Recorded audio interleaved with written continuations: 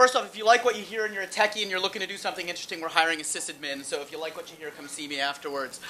School 2.0 is the idea of creating the schools that we need, right? What are the schools we need today? Because the fact of the matter is that if you took people into a school today, they would look a lot like it did 100 years ago. That's a problem. Here are my biases right off the bat, because I think it's important to admit them. One, School 2.0 is progressive education with 21st century tools. Schools have been doing this the right way for a long time, just not many of them. And three other ones, democracy, public education. So we need to stop. We need to remember that we have to stop thinking that schools need to be just like business. We need to stop thinking that we can measure everything a kid does by a test. And we need to stop blaming teachers and stop blaming schools.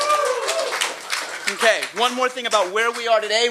Right now, if you hear anything about schools, you hear two things all the time: data-driven decision-making and accountability. Well, the problem is that good data costs a lot more than we want to spend. Good data is the work the kids do every single day. It's not the answers they get on a test, and it certainly is, and nothing will ever hold me more accountable as an educator than I hold myself responsible for the kids in my charge. This is the question I have for schools. How is it that we have so many passionate, dedicated educators and so many really failing schools? And the problem is you put a good person in a bad system, the system wins too often, so we need to change the system. This is the coolest place in the world. This is the MIT Media Lab. They get it right. And if you notice that little sign in the corner, you can't quite see it, it says lifelong kindergarten. That's their model. That's the way they play.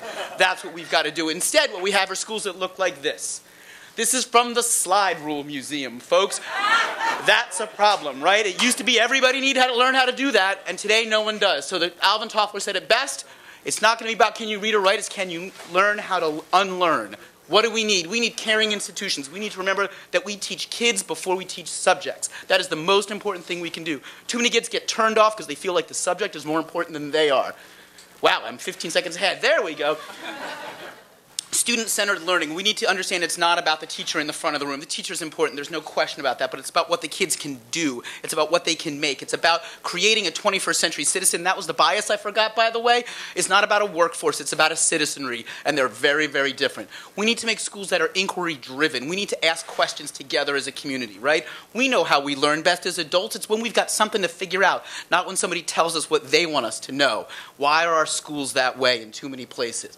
It's got to matter. That project that he's working on, this is Lonnie Mercado. This is a project, our kids built a flow process biodiesel generator. We're patenting it, and we're sharing the plans with a village in Guatemala, a school in Guatemala and a school in Ecuador. They're taking their villages off the grids. Kids doing it because it matters. What happens if school is real life, not preparation for real life? And it's got to be metacognitive. We've got to get kids to ask questions about the way they think and learn, because they do it differently. Let's get them to think about, how do I learn best? How do I think best? How do I work best? What does that look like? This is a traditional classroom. You probably recognize this kind of hierarchy of assessment where the teacher might have done a little project, might have asked for some questions in class, but when they really wanted to know what you had to learn, they gave you a test. It's recall-based learning, and you know what? In the age of Google, it's just absolutely obsolete. This is what we need. Tests and quizzes, they've got a role. Sure, you want a dipstick, find out how a kid is doing? Give a quiz, absolutely. But you want to see what kids have learned, give them a project. Dare them to show you what they can do with the work of their own head, heart, and hands. That's when you'll get kids engaged. That's when you'll get kids learning. And that's when you'll get kids who can change the world. Neil Postman said that certain technologies are not additive, they are transformative. That is the way that computers should be in our school. That's the way technology should be in our school. They should not give us schools plus computers. They should give us whole new schools, things we can't even recognize. And technology needs to be like oxygen, ubiquitous, necessary, and invisible. We need to not think about it, it just needs to be there. This picture should never be on the front of a classroom or a library ever again. And by the way, it's on the front of the library at Masterman, the top magnet school in this city. Let's change the game. We can make our schools transparent. We can invite the world to our schools.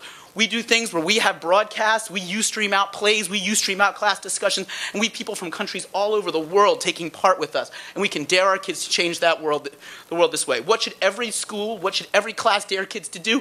Research, collaborate, create, present, and network. If we're not doing those things, if we're not giving the kids these skills, we're doing them a disservice.